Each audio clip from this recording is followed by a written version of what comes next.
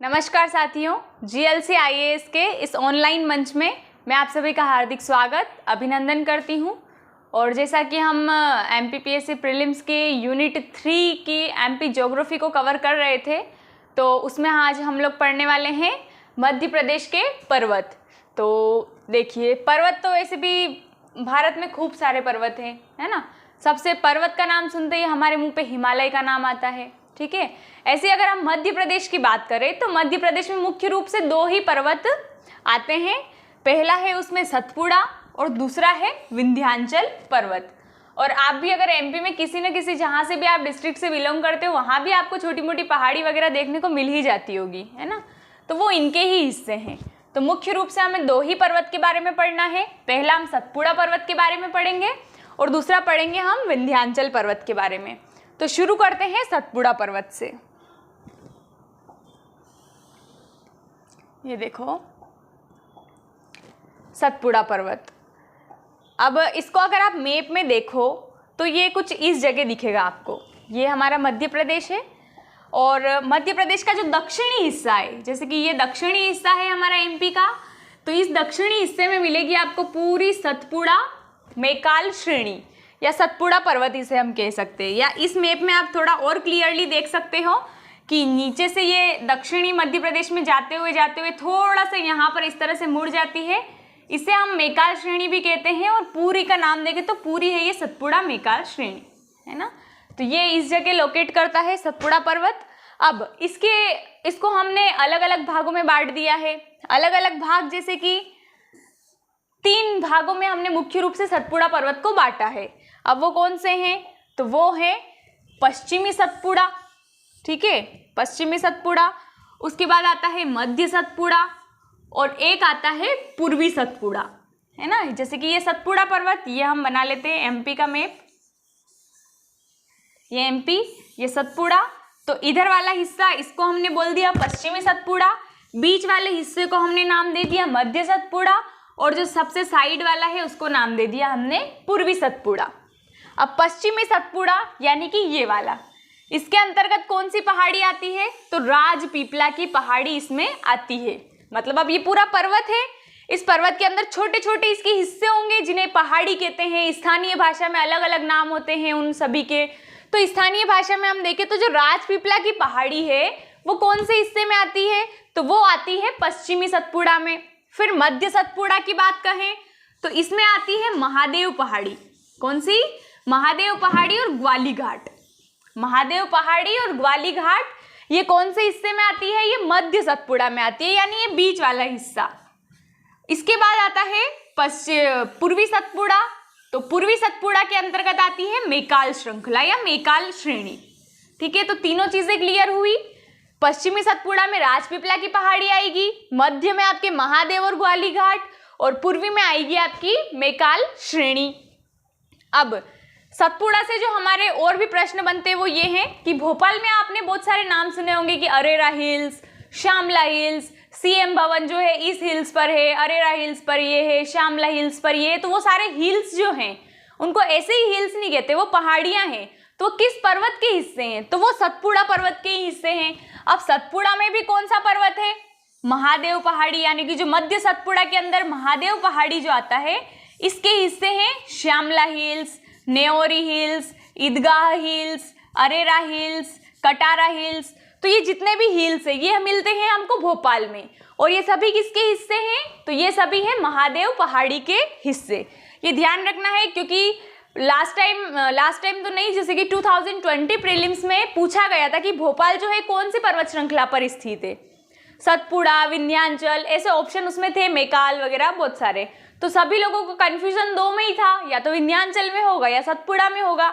तो ध्यान रखना ये भोपाल जो है ये किस में है? मुख्य रूप से ये सतपुड़ा पहाड़ी में भी किस पर? महादेव पहाड़ी के हिस्से में आता है ना।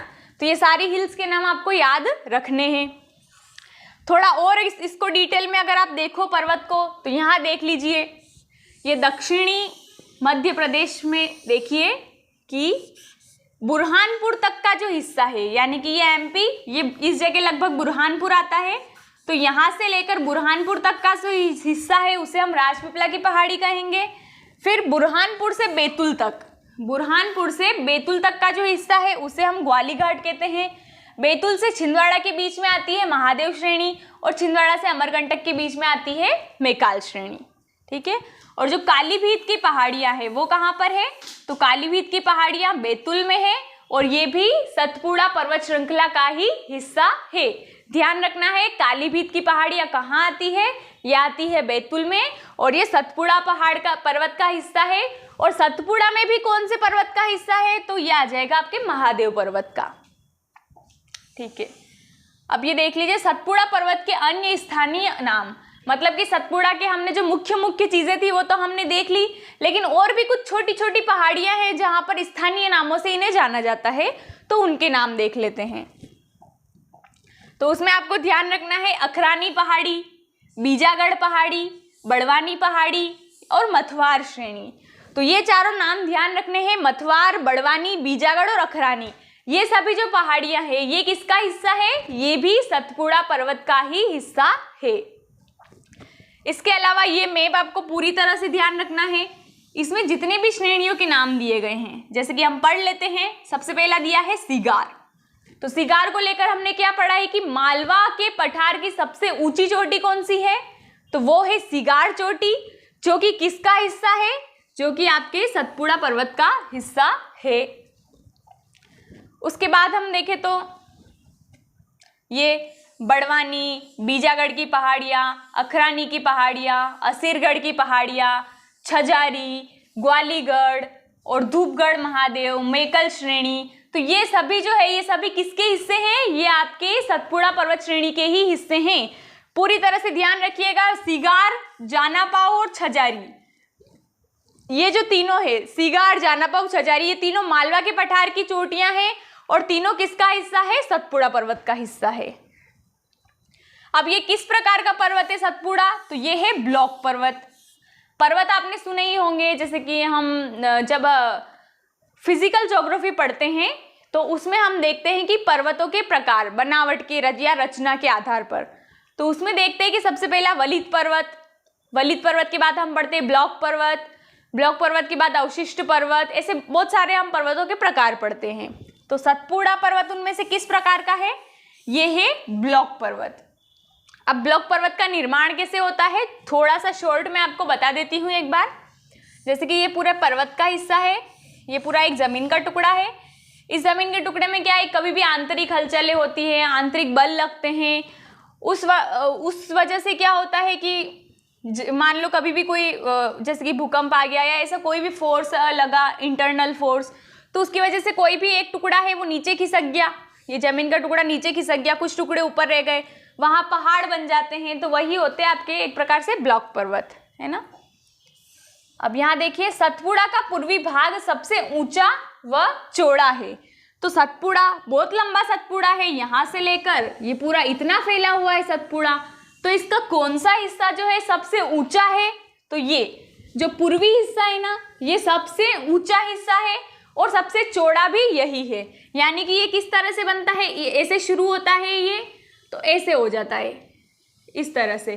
तो ये इधर जो है पूर्वी हिस्सा क्या हो जाता है, इसका सबसे चौड़ा हो जाता है और सबसे ऊंचा भी पूर्वी हिस्सा माना जाता है। स्थिति कहाँ पर स्थित है ये? तो नर्मदा और ताप्ती नदी के मध्य में स्थित है, क्योंकि आप देख सकते हैं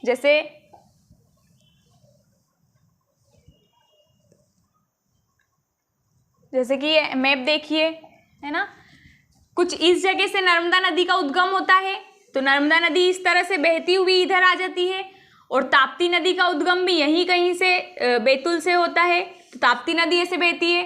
तो ये हो गई नर्मदा नदी और ये हो गई ताप्ती नदी, और नर्मदा और ताप्ती के बीच में क्या है, सतपुड़ा पर्वत श्रृंखला।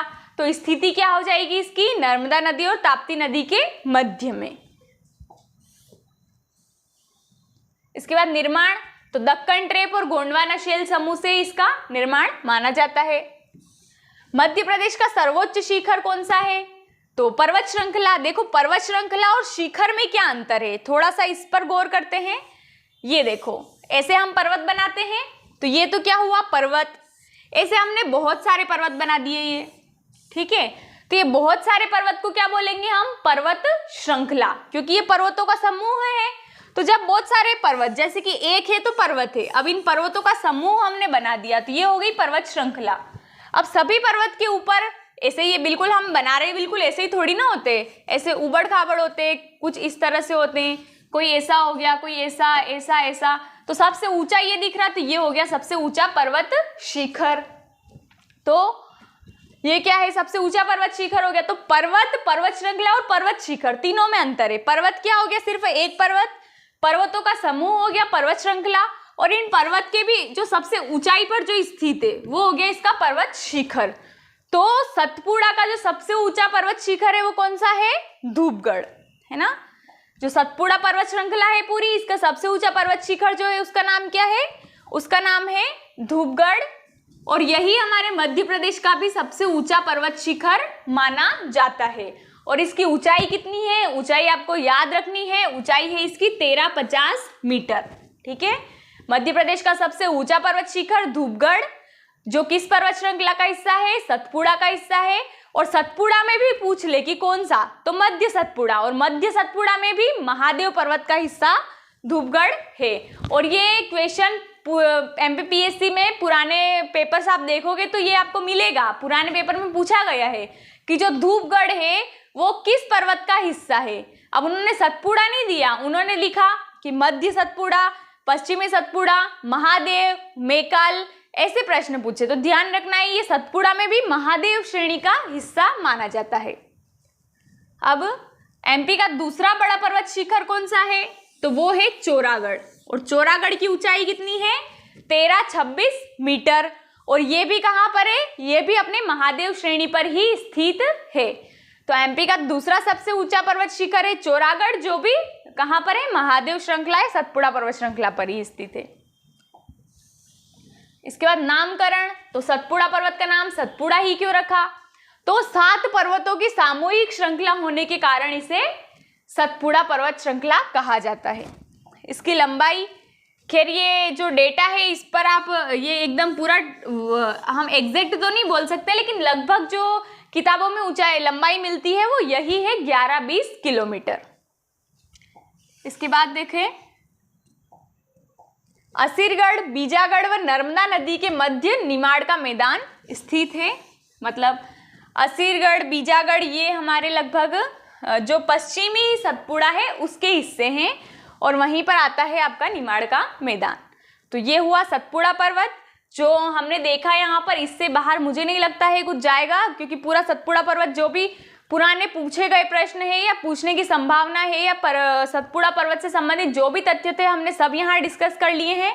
अब आते हैं हम मध्य प्रदेश के दूसरे पर्वत यानी कि विंध्याचल पर्वत पर, कि विंध्याचल पर्वत कैसा है, किस प्रकार ये बना है और इससे क्या क्या प्रश्न बन सकते हैं, वो सभी हम देखेंगे यहाँ पर। ठीक है, तो ये देखिए विंध्याचल पर्वत।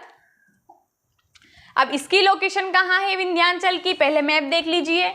देखो इस जगह तो था हमारा सतपुड़ा पर्वत, है ना, ये जो दक्षिणी वाला हिस्सा है यहाँ तो था सतपुड़ा, और इससे जो ऊपर वाला हिस्सा है ये क्या है, विंध्याचल, ये वाला है विंध्याचल पर्वत श्रृंखला, है ना। तो दक्षिणी MP में है सतपुड़ा और उससे ऊपर आती है आपकी विंध्याचल पर्वत श्रेणी। अब ये कहाँ है स्थिति, तो नर्मदा के उत्तर में स्थित है। ये यहाँ से नर्मदा नदी निकल रही है, ये नर्मदा नदी, और नर्मदा के उत्तर में क्या है, विंध्याचल पर्वत श्रृंखला है। प्रकार, किस प्रकार का पर्वत है ये, तो ये अवशिष्ट पर्वत है। जैसे कि 2 पर्वत हमने देखे थे, एक तो सतपुड़ा, तो सतपुड़ा किस प्रकार का पर्वत था, ब्लॉक पर्वत था, है ना। इसी प्रकार अगर हम विंध्याचल पर्वत की बात करें तो विंध्याचल किस प्रकार का पर्वत है, अवशिष्ट पर्वत है। और अवशिष्ट पर्वत क्या होता है, तो अवशिष्ट पर्वत की जैसे जो वलित पर्वत या ब्लॉक पर्वत या ये जो पर्वत बन चुके हैं, इनसे जो इनके अपर्दन, अपक्षय, इन चीज़ों से मिलकर जो नए पर्वत बनते हैं, इनके अपशिष्ट से जो नए पर्वत बनते हैं वो कहलाते हैं अवशिष्ट पर्वत। तो विंध्याचल किस प्रकार का पर्वत है, एक प्रकार का अवशिष्ट पर्वत है। ये हिमालय से भी प्राचीन है, तो ये फैक्ट बिल्कुल याद रखने योग्य है, क्योंकि हम हिमालय का नाम कितना सुनते हैं, हिमालय पर्वत का नाम सुनते ही हमारे दिमाग में हिमालय आता है ना। तो विंध्याचल पर्वत हिमालय से भी प्राचीन है, इससे भी पहले विंध्याचल पर्वत का निर्माण हो चुका था। भारत के राष्ट्रगान में भी इसका उल्लेख है। तो अब तो ये और भी ज्यादा महत्वपूर्ण हो जाता है, क्योंकि हमारे राष्ट्रगान में भी विंध्याचल पर्वत का उल्लेख है ना। आप देखिएगा इसको, हमारे राष्ट्रगान को, उसमें आपको मिलेगा जैसे कि विंध्य, हिमाचल, यमुना, गंगा। तो विंध्य वहां पर आए ना, विंध्य, तो विंध्याचल पर्वत का राष्ट्रगान में भी उल्लेख है। फिर निर्माण, तो क्वार्ट्ज और बालू पत्थरों से इसका निर्माण हुआ है ना। उसके बाद उपभाग, जैसे कि हमने सतपुड़ा के उपभाग देखे थे कि मध्य सतपुड़ा, पूर्वी सतपुड़ा, पश्चिमी सतपुड़ा, इस प्रकार से अब विंध्याचल के भाग देखे। तो विंध्याचल के 2 उपभाग हैं, एक भांडेर और एक केमूर। ठीक है, भांडेर और केमूर किस पर्वत के हिस्से हैं? तो ये विंध्याचल पर्वत के हिस्से हैं। केमूर श्रेणी सोन व यमुना के मध्य जल विभाजक का कार्य करती है। मतलब जो केमूर पर्वत श्रृंखला है वो क्या करती है? यमुना नदी और सोन नदी, इन दोनों के बीच में एक विभाजक यानी कि एक बैरियर के रूप में क्रिएट हो जाती है। जिसकी थोड़ा आपको मैप में दिखा दूं मैं, ये देखिए मैप, यहाँ पर देखिए, ये पूरा विंध्याचल पर्वत है ना। विंध्याचल के इस हिस्से को कहते हैं भांडेर और इस हिस्से को कहते हैं केमूर। तो ये हो गई केमूर पर्वत श्रृंखला। अब केमूर श्रेणी क्या कर रही है? यमुना और सोन नदी के बीच में जल विभाजक का कार्य कर रही है। तो कैसे? ये अमरकंटक, यहाँ से निकलती है सोन नदी, है ना, ये सोन नदी, और ऊपर इस जगह आती है यमुना नदी, ये यहाँ पर है यमुना नदी। तो ऊपर हो गई यमुना, नीचे हो गई सोन, तो इन दोनों के बीच में क्या आ गई? इन दोनों के बीच में केमूर श्रेणी आ गई। तो केमूर ने क्या कर दिया? इसके पानी को और इसके पानी को, इन दोनों के बीच में एक विभाजक का काम बन गया, डिवाइडेशन, बैरियर क्रिएट कर दिया। तो कौन सी श्रेणी यमुना नदी और सोन नदी के जल को विभाजित करती है? तो वो है केमूर श्रेणी। इसके बाद इसकी देखो सर्वोच्च चोटी, तो विंध्याचल पर्वत की सबसे ऊंची चोटी कौन सी है? सद्भावना शिखर। सद्भावना शिखर, इसकी ऊंचाई कितनी है? तो इसकी ऊंचाई है 752 मीटर, यानी कि 752 मीटर। इसको और किस नाम से जाना जाता है? तो सद्भावना को हम गुडविल या कालूमार चोटी भी कहते हैं। तो कालूमार, गुडविल, सद्भावना, ये तीनों एक ही पर्वत शिखर का नाम है। और ये पर्वत शिखर किसका सबसे ऊंचा है? तो ये है विंध्याचल का सबसे ऊंचा पर्वत शिखर, सद्भावना, गुडविल या कालूमार। और ऊंचाई कितनी है इसकी? 752 मीटर। और कौन से जिले में आता है ये? तो ये आता है दमोह के अंदर। ठीक है, तो ये हुए हमारे पर्वत कंप्लीट। तो पर्वत में सतपुड़ा पर्वत हमने देखा, विंध्याचल देखा, और दोनों से बनने वाले जो भी तथ्य थे वो सभी हमने देख लिए। तो अब हम अगले लेक्चर में कुछ नया टॉपिक शुरू करेंगे। धन्यवाद।